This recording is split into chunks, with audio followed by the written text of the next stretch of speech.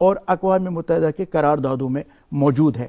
تو ہم کشمیری جب ہم اس کو سمجھتے ہیں، ہم سمجھتے ہیں کہ جس طرح ان کا رول بنتا ہے وہ اس طرح نہیں نبھا رہے. لیکن اس طرح کے جو باضمیر لوگ ہیں جن کو اللہ تعالیٰ نے ابھی بھی ان کے دلوں میں انسانیت ہے، اور کب تک وہ مطلب جو مقبوضہ کشمیر میں جو جس طرح انسانی حقوق کی پامالیاں ہو رہی ہے وہ دیکھ رہے ہیں. حالانکہ جتنی وہاں پہ انسانی حقوق کی پامالیاں ہو رہی ہے وہ سب باہر نہیں آ رہی ہے.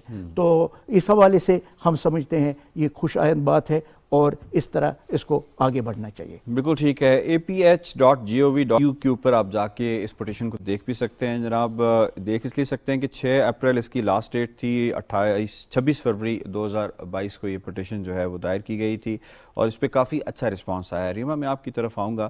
آپ کیا سمجھتے ہیں جس طرح سے انسانی حقوق کی پامالیاں ہو رہی ہیں مقبوضہ کشمیر کے اندر جو ہوا، کنن پوشپورہ کے اندر جو ہوا، جس برے طریقے کے ساتھ اس کیس کو ڈیل کیا گیا، یہاں کا جو اے ایس پی تھا دلباغ سنگھ اسے ٹرانسفر کر دیا گیا، وہ چھٹیوں پہ چلا گیا، اس کے بعد انویسٹیگیشن نہیں ہو سکی، پریس ٹرسٹ آف انڈیا نے جس طرح سے اس کے اندر کولیبریٹر کا کردار ادا کیا، پھر ان کے جو کمیشنز بنے انہوں نے اس کے اوپر صرف نظر کیا.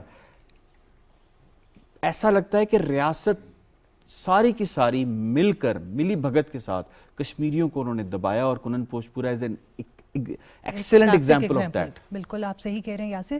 آپ یہ دیکھیں کہ 1991 سے لے کر اب آج 2022 میں ہم جب بیٹھے ہوئے ہیں، اتنے سالوں میں کوئی ایک کنن پوشپورہ کا واقعہ نہیں تھا. ہمیں بہت ساری خواتین کی عصمت دری کی گئی. اس کے علاوہ ہم دیکھتے ہیں کہ کس طرح سے وہاں بچوں کو غائب کر دیا جاتا ہے، گھروں میں جو ہے وہ ان کے گھس کے حملے کیے جاتے ہیں، ان کے جو گھر کے افراد خانہ ہیں ان کو، یا گھروں کے جو سربراہ ہیں ان کو اغوا کر لیا جاتا ہے. اور فورس ڈس اپیئرنسز تو اتنی زیادہ ہیں کہ ان کا بعد میں پتہ ہی نہیں چلتا. جہاں تک بات آتی ہے جب کوئی مقبوضہ کشمیر سے کوئی کشمیری عدالت میں اپنا کیس لے کے جاتا ہے تو اس کیس کے اوپر تو کارروائی تو دور کی بات، اس کو سننا تک گوارا نہیں کیا جاتا. ہم نے دیکھا کہ کس طرح 2021 دسمبر کے اینڈ میں ہم دیکھتے ہیں کہ عدالتوں نے جب یہ آرٹیکل 370 کو ایبروگیٹ کیا گیا، اس کے بعد جان بوجھ کے جو انڈین کورٹس ہیں وہ کشمیر کے حوالے سے جب بھی کوئی کیس آتا ہے اس کے اوپر ہیئرنگ بند کر دی جاتی ہے. وجہ کیا ہے؟ کیونکہ وہ ایک ملٹرائزڈ زون تو انہوں نے کشمیر کو بنا ہی دیا ہے، مقبوضہ کشمیر کو، لیکن مودی ریجیم اس قسم کی فاشسٹ پالیسیز لے کر آ رہی ہے کہ وہ جو آپ نے پہلے بھی ہم نے ایک پروگرام میں ڈسکس کیا تھا کہ کس طرح سے اس وقت ہندوؤں کی آبادکاری کا منصوبہ بنایا گیا ہے مقبوضہ کشمیر میں، اور کس طرح سے جو ہے وہاں پر لا کر ان کو سیٹل کیا جا رہا ہے. یہ ایک کلاسک ایگزامپل بنتی ہے کہ کس طرح سے فلسطین میں اسرائیلیز کو جس طرح سے لے کر آیا گیا، کس طرح سے سیٹلمنٹ کی گئی، وہی پیٹرن اب انڈیا فالو کر رہا ہے مقبوضہ کشمیر کے حوالے سے. وہاں پر ان کو انسینٹیوز دیے جا رہے ہیں، وہاں پر ان کو زمینیں دی جا رہی ہیں، ان کو بھارتی حکومت جس طرح سے بھی چاہتی ہے سپورٹ کرتی ہے. تو پھر کیوں کس طرح سے کشمیریوں کی آواز سنی جائے گی؟ ہم پہلے بھی بات کرتے ہیں کہ دیکھیں ہم انٹرنیشنل فورمز پہ ہمارے حصے کا یہ ہماری ذمہ داری بنتی ہے کہ ہم ایٹ لیسٹ اس کو ہیومن رائٹس وائلیشنز کے طور پہ ہائی لائٹ کریں. اور یہ جس طرح سے اب آسٹریلیا میں اس کو ہائی لائٹ کیا گیا ہے، پٹیشن دائر ہوئی ہے، اسی طرح اگر باقی ملکوں میں ہوتا ہے تو کہیں نہ کہیں امید رکھیں کہ اگر آپ نے ایک دیا جلایا ہے تو اس کی لو دور تک جائے گی.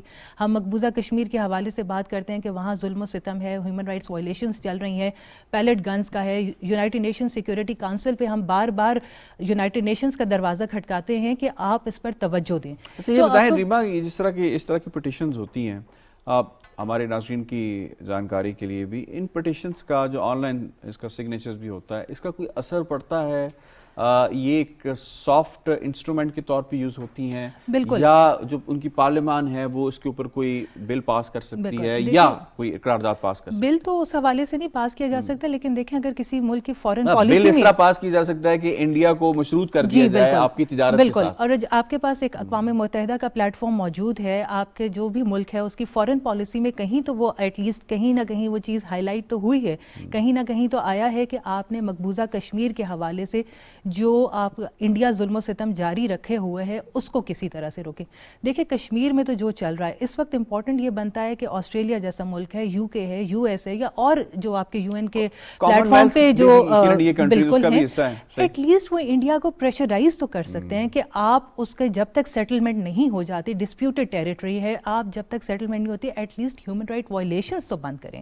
آپ کیا اس پر وہ ظلم و ستم کر کے کیا وہ کشمیریوں کو اپنا کبھی بنا سکیں گے؟ یہ بات تو کبھی ان کی سمجھ میں آنی نہیں ہے، لیکن ایٹ لیسٹ ان کو انسان ہونے کے ناطے ان کو بنیادی حقوق تو دیے جائیں. آپ یہ دیکھیے کہ جب سے رمضان سٹارٹ ہوتا ہے ان کے ساتھ کیا کیا کچھ کیا جاتا ہے. ان کو وہاں راشن نہیں ملتا، وہاں ان کو جمعے کی نماز نہیں ادا کرنے دی جاتی، وہاں پر جتنے سیٹلائٹ موڈ آف کمیونیکیشن ہے وہ بند کر دیا جاتا ہے، کرفیو لگا دیا جاتا ہے. رمضان کے آخری عشرے میں ان کے اوپر کتنی سختی کی جاتی ہے.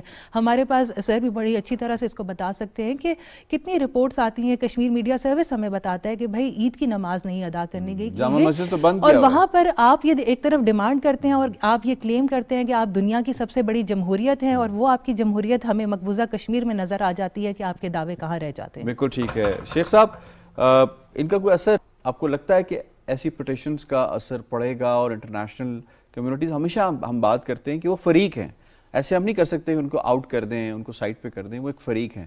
وہ فریق اپنا کتنا کردار ادا کر رہا ہے؟ جو کچھ انڈیا چاہ رہا ہے مقبوضہ کشمیر کے اندر وہ ہو رہا ہے.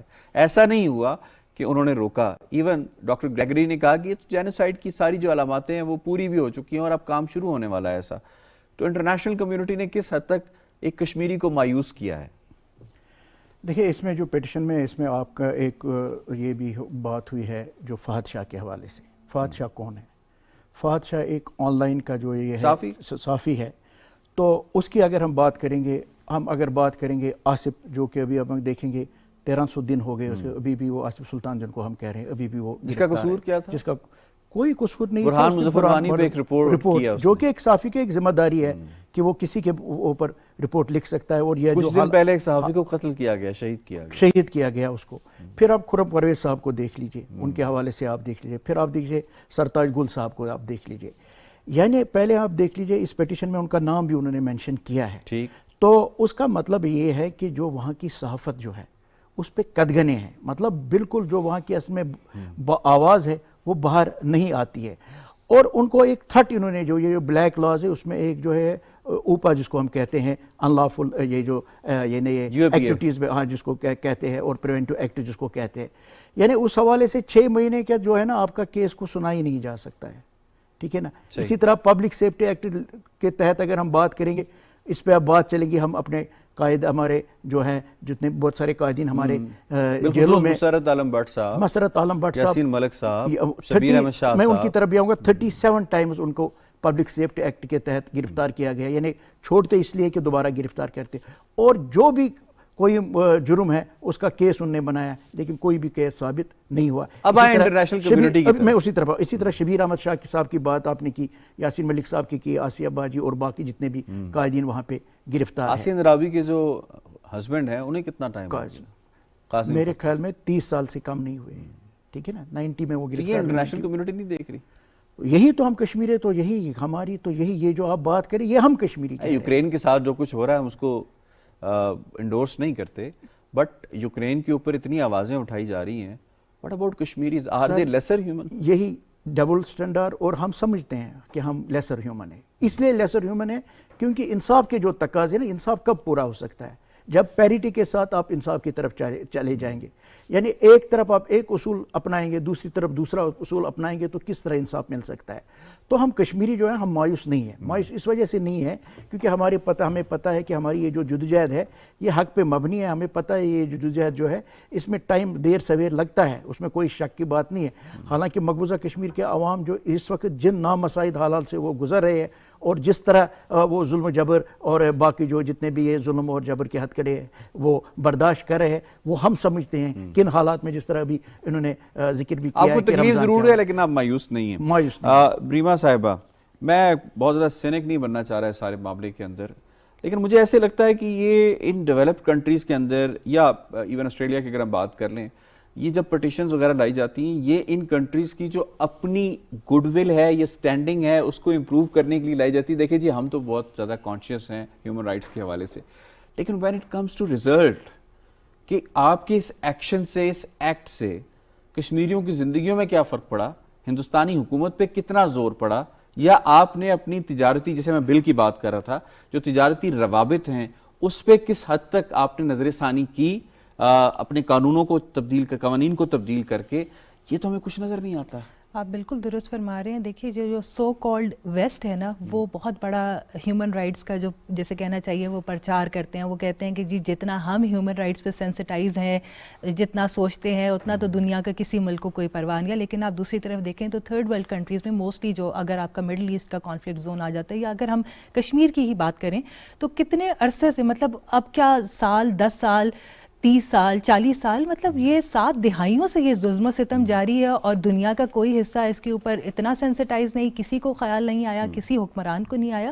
آپ بالکل درست کہہ رہے ہیں. وہ شاید کنٹری میں, سوری میں آپ کی بات کاٹ رہا ہوں, کسی تھرڈ ورلڈ کنٹری میں اگر کسی خاتون کے ساتھ نان اسٹیٹ ایکٹر کوئی زیادتی ہو جاتی ہے, اس کو اتنا واویلا بنایا جاتا ہے, اتنا واویلا مچایا جاتا ہے کہ اس خاتون کو وہاں بلا لیا جاتا ہے, سب کچھ. 31 سال ہو گئے, 31 سال ہو گئے, اور اسلاموفوبیا کے حوالے سے ہمارے سامنے اتنی ساری مثالیں ہیں. مطلب اس پہ ہم مسلمان ملک جو ہیں وہ کیوں نہیں غور و فکر کرتے, یا ایٹ لیسٹ ہم اپنے مسائل OIC کے پلیٹ فارم سے, کوئی تو طریقہ ہوگا, کچھ تو ہوگا, کوئی تو ایسی ہمارے پاس ریسورسز ہیں یا پاورز ہیں کہ ہم ویسٹ کو یا فورن جو باقی اس طرح کی کنٹریز ہیں ان کو پریشرائز کر سکتے ہیں کہ دیکھیں جی آپ کو اگر ہمارے ساتھ معاہدے کرنے ہیں, یا کوئی جس طرح سے آپ نے بات کی کہ اگر انڈیا کو کیوں نہیں کر سکتے. دیکھیں انڈیا کے ساتھ وہ کوئی ایک تجارتی معاہدہ کبھی بند کریں گے, کبھی بھی نہیں کریں گے.